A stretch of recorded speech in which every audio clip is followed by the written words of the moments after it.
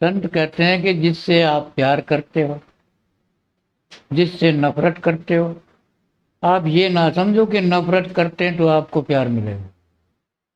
प्यार के बदले प्यार मिलेगा, नफरत के बदले नफरत मिलेगी। इसके ऊपर संत कहते हैं, एक राजा का बहुत बढ़िया महल बना, रोज महल की छत के ऊपर चढ़ता है वो, वजीर उसके साथ होता है। आज वजीर से कहता है, देखो मेरी जनता के पास कितने मकान हैं, कितने झोपड़े हैं, है भी। तो बहुत राजी होता है, कहता है मैं इनका प्रतिनिधि हूँ, इनका मैं राजा हूँ, बड़ा खुश होता है। कुछ दिन के बाद उसके जो महल की जो आखिरी दीवार है ना, वहां पर एक झोपड़ी बनी हुई है। उसमें एक ब्राह्मण एक ब्राह्मणी रहते हैं। उनके पास एक 6 महीने की लड़की है। तो दोनों पति पत्नी बात करते हैं कि अपने पास कोई साधन तो है नहीं। साधन एक ये है कि हम जंगल में जाते हैं, आम लकड़ियां लाते हैं, बेच के अपने पेट की आग बुझाते हैं, और कोई साधन नहीं है। परमात्मा अपने को कोई ऐसा साधन देवे ताकि इस लड़की बड़ी होगी, इसकी शादी भी करनी है, इसको पढ़ाना लिखाना भी है, कुछ इसका दहेज वगैरह भी देना है, पर अपने पास साधन ही नहीं है तो क्या करेंगे। तो ब्राह्मणी कहती है परमात्मा से प्रार्थना करेंगे।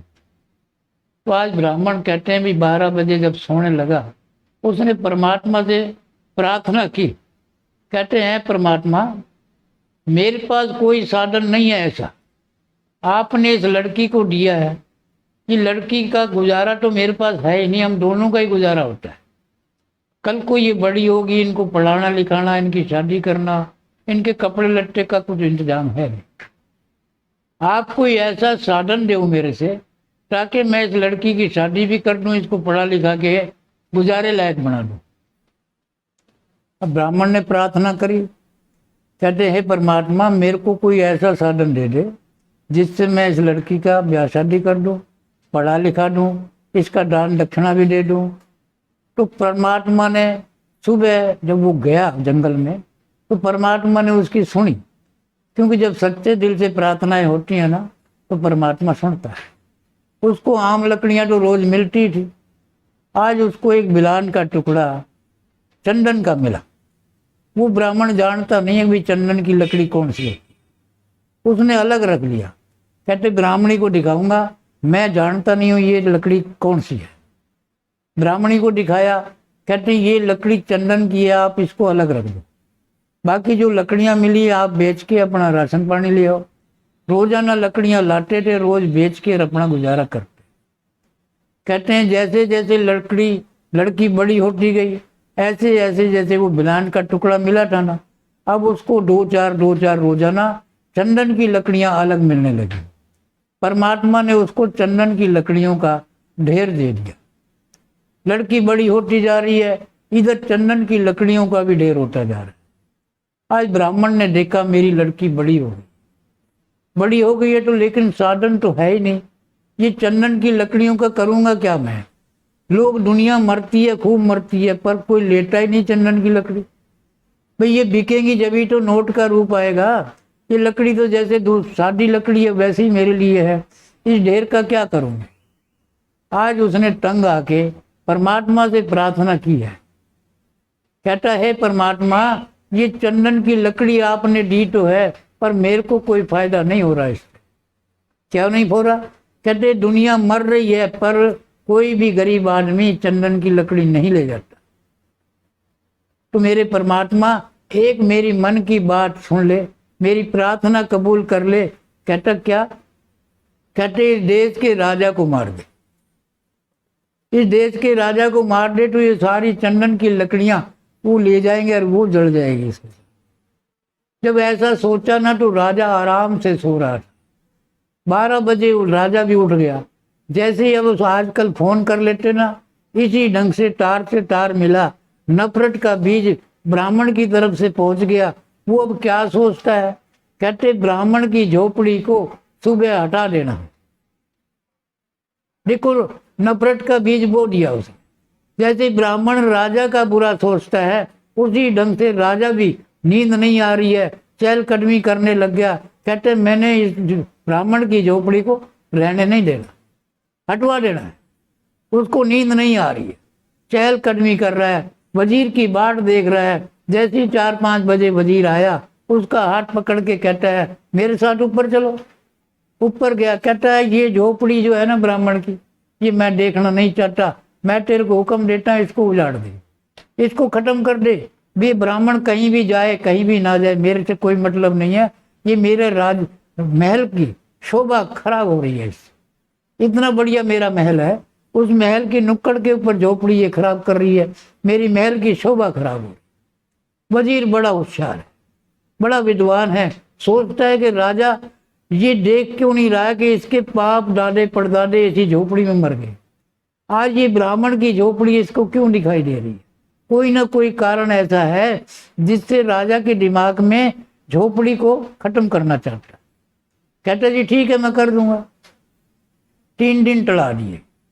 आज राजा वजीर को लेके फिर गया, ऊपर गया, देखता है, कहते बहुत बढ़िया बढ़िया मकान बने हुए हैं। फिर अपने महल की जो आखिरी झोपड़ी लगी हुई है वहां पर गया। तो वजीर से कहता मेरा हुक्म नहीं माना आपने, ये झोपड़ी आपने क्यों नहीं हटाई। कहते महाराज आप आज हटा दूंगा। तो राजा ने हुक्म दिया, कहते अगर कल मेरे को ये दिखाई दी ना तो मैं तेरा जन्म बच्चा कोले में डाल दूं। पहले राजाओं के ये सजाएं देते थे, जब कोई नहीं मानता ना तो जन्म बच्चा कोल्हू में पिला देते थे। वो टेली का जो कोल्हू होता था उसमें पिलाते थे, जैसे बैल का घूमड़ा होता ना, आदमी को लगा देते। तो ये सजाएं होती थी।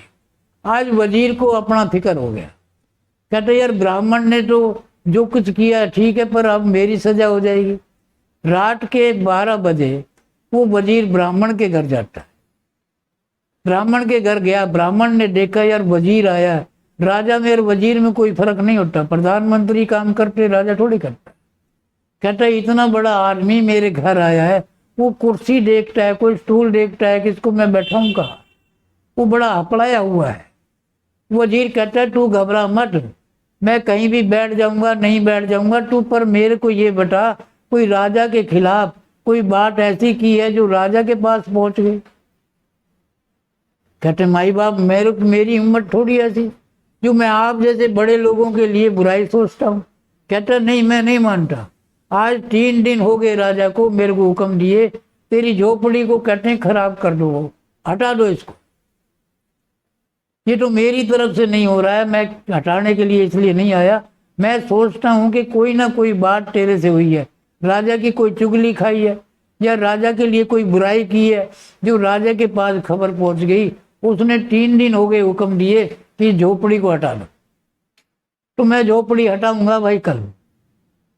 अब वो चरणों में पड़ गया, वो ब्राह्मण चरणों में पड़ गया, माई बाप मैं बहुत गरीब आदमी हूँ, मेरे जवान लड़की है, वो लड़की दर दर भटकती फिरेगी, हम इस झोपड़ी में अपने इज्जत को बचाए बैठे हुए हैं, आप कोई ऐसा रास्ता निकालो जिससे मेरी झोपड़ी रह जाए।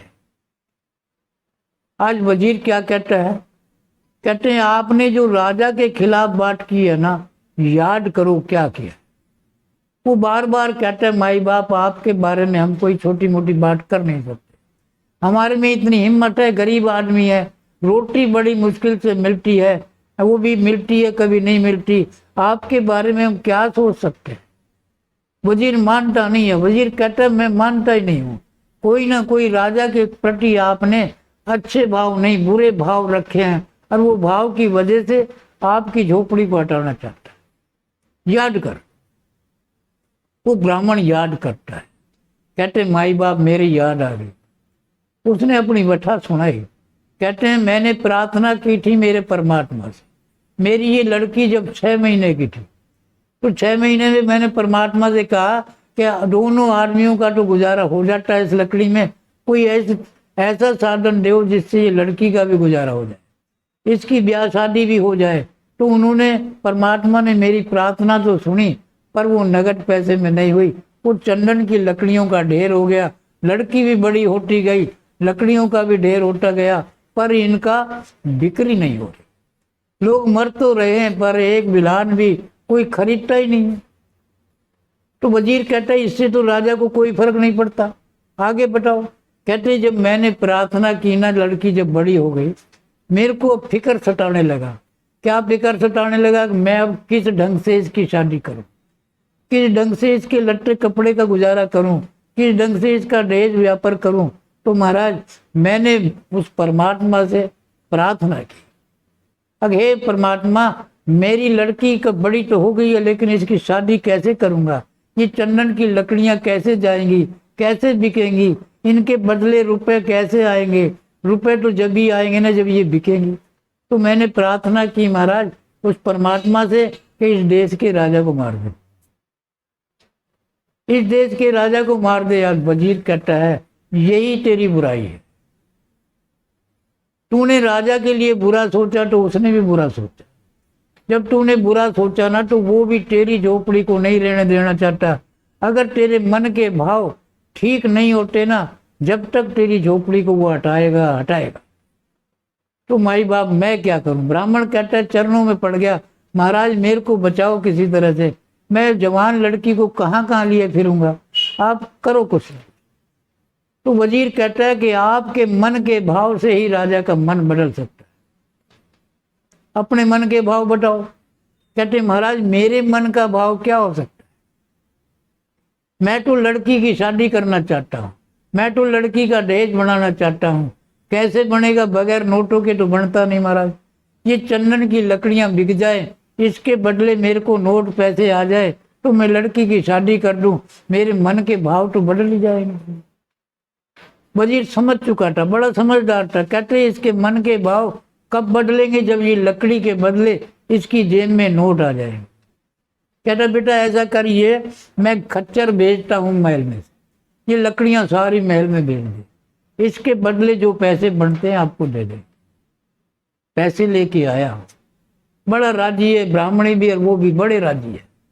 आज वो क्या नाम प्रार्थना करते हैं परमात्मा, कहते परमात्मा जो मैंने प्रार्थना की थी ना राजा के मरने के लिए, वो प्रार्थना वापस कर लेता हूं। मेरे परमात्मा ऐसा राजा तो देखा नहीं जिसने मेरी लकड़ियों का, चंदन की लकड़ियों के नोट दे दिए।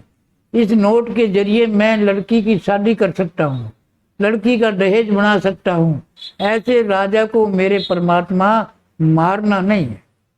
मेरी उम्र भी उसके लग जाए, मेरी ब्राह्मणी की भी उसके उम्र लग जाए, क्योंकि हम तो निठल्ले हैं, बेकार हैं। राजा मर गया तो जनता को बड़ा दुख होगा, जनता का बड़ा प्रेमी है, जनता के बारे में बहुत कुछ सोचता है, इसलिए राजा मर गया तो बड़ा जनता का नुकसान होगा, हमारी भी उम्र उसके लग जाए।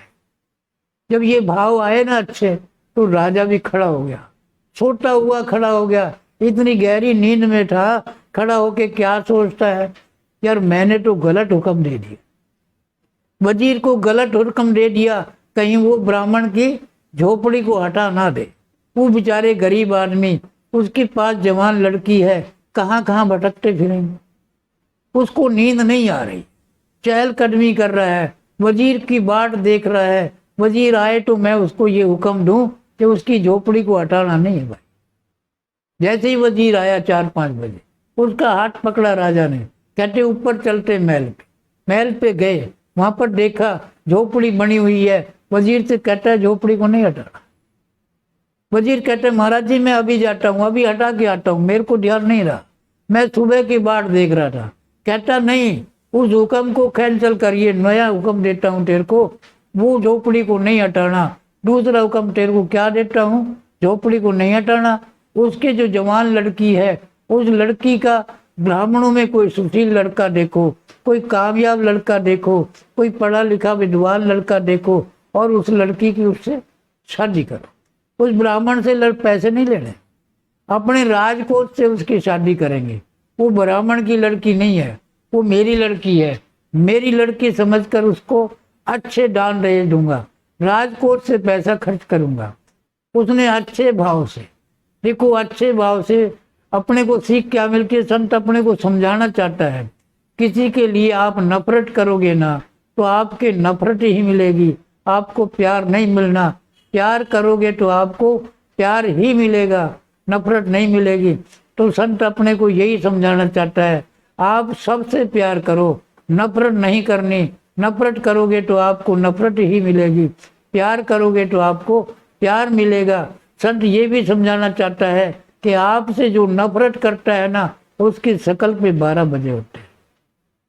आप कभी भी देखना, आपके दिल में चोट लगेगी, कहते यार ये मेरे से नफरत करता है, आपके भाव भी बदल जाएंगे, आपकी शकल पे भी 12 बजे होंगे, क्योंकि आपको वो जो सामने वाला आपसे नफरत करता है, आप भी उससे नफरत करते हो। और कोई प्यार करने वाला बंदा मिलता है तो उसके चेहरे पे फूल सा खिला होता है, उसके मन के भाव प्यार में बदले होते हैं, तो आपके भी उसी तरह मन खिल जाएगा, उसी तरह चेहरा खिल जाएगा, क्योंकि प्यार करता है वो, इसलिए आपको भी प्यार करना होता है। तो इसलिए संत कहते हैं प्यार करो, प्यार ही मिलेगा, नफरत मत करो, नफरत करोगे तो आपको भी नफरत ही मिलेगी, है भी। इस तरह की ये साखी है, संत अपने को समझाना चाहता है, हम समझ जाएं तो अच्छा है।